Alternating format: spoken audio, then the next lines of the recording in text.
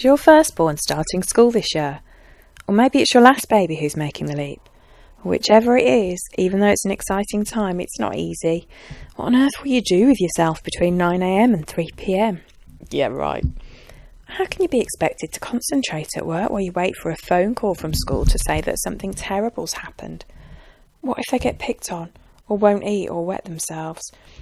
I've been there twice, so I do know the kinds of worries that go through your head as a mum. Of course, it's completely normal to feel concerned and apprehensive and excited and all those other emotions that you're probably experiencing right now. But before you even get to that first day, you need to check to make sure that you and they are ready. If you're running around like a headless chicken trying to get everything prepared, then stop, take a deep breath and listen. I've come up with 11 starting school tips to help you prepare and get you through the first few days and weeks and months. Before September, tip number 1, get organised. It sounds obvious, but making sure you have everything that your little one needs now will give you much less to worry about in a few weeks' time. I've put together a handy checklist. You can find the details at the end of this video so that you can see at a glance if there's anything you've forgotten. Oh, and label everything. I mean everything. Pants, socks, everything. Then you can bask in the glow of the satisfaction of knowing that you won't be running around the shops on bank holiday weekend trying to find pumps and PE shorts. Tip number 2, double check your calendar. In fact, get one of those really big family planners because you'll need it. Write down all the important dates. You can usually find them on the school website, and make sure you have the right inset days, although sometimes these aren't confirmed until later in the year, annoyingly. I had no idea how many things happened during the school year. Non-uniform days, cake sales, charity days, fairs, wow weeks. There's so much to remember, and you all need to know what's coming up and when, so you're not the mum at the gates whose child is in uniform while their mates are all in World Book Day outfits.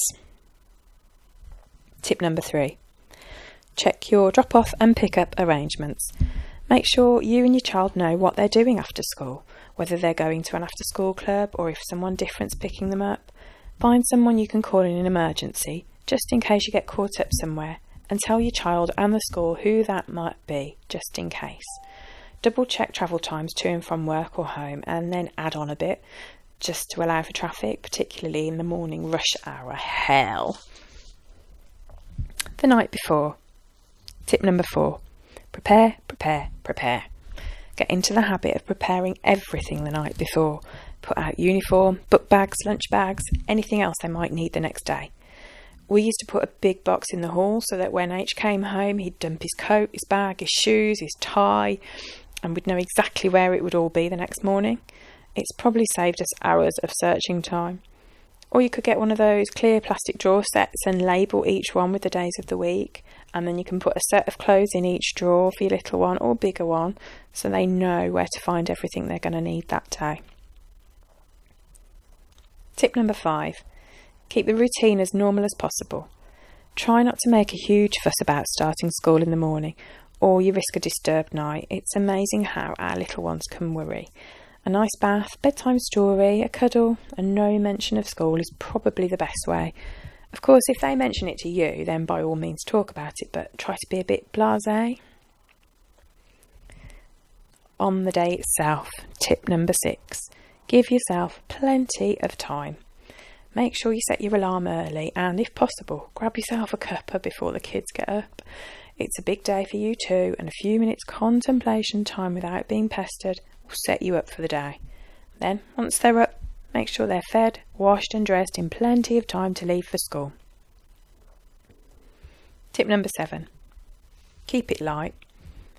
If your little one's excited, it's easy to get caught up in it all. However, their perception of what will happen and the reality might be poles apart, which could lead to a difficult second day and beyond. Or maybe they're really nervous and anxious. Whichever it is, chat to them about what to expect and what to do if they're not sure about something, but keep it light. Prepare them, but don't overwhelm them.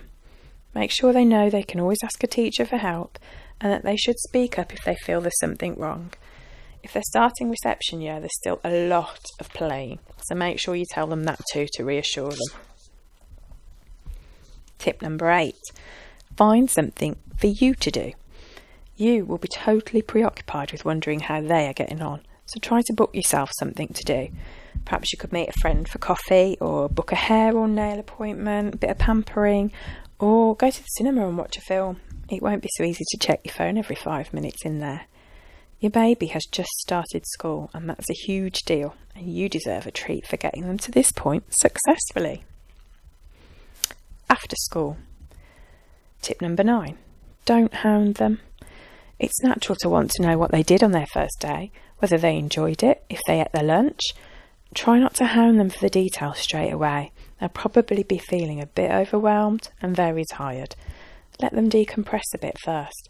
Give them a drink and a snack. Let them watch a bit of telly, play on the iPad, and then perhaps at dinner time you could casually drop into conversation and ask them what they thought. Tip number 10. Be specific. Don't ask, "What did you do today?" It's common knowledge if you ask a child that question, the probable answer will be something like, "I can't remember," or "Don't know." If you ask more specific questions, you're more likely to get the information you're after. So try, "So, what was your favourite thing you did today?" Or, "Was there anything you didn't like at lunchtime?" This is much more likely to get them talking. Of course, they might come running out, bursting to tell you all about it, and if so, you're winning. Tip number 11. Don't plan too much for out of school. As I mentioned earlier, they will be tired. I couldn't believe the change in age when he started full-time school. He started sleeping through the night, which was a rare occurrence until that point. Going to school all day, using his new skills and learning new things really wiped him out at the end of each day, for a while at least. It's probably a good idea to keep after school and weekend activities to a minimum for at least the first term or so, to allow them to adjust and find their rhythm. So I hope these tips have helped. To learn more, take a look at the post on the blog, School Runs and Shopping Trolleys. The link's there in the middle of the screen. And that's where you can also find how to download your free checklist. Pop your details in and join my mailing list, and I'll send you the checklist as a thank you. Thanks for listening.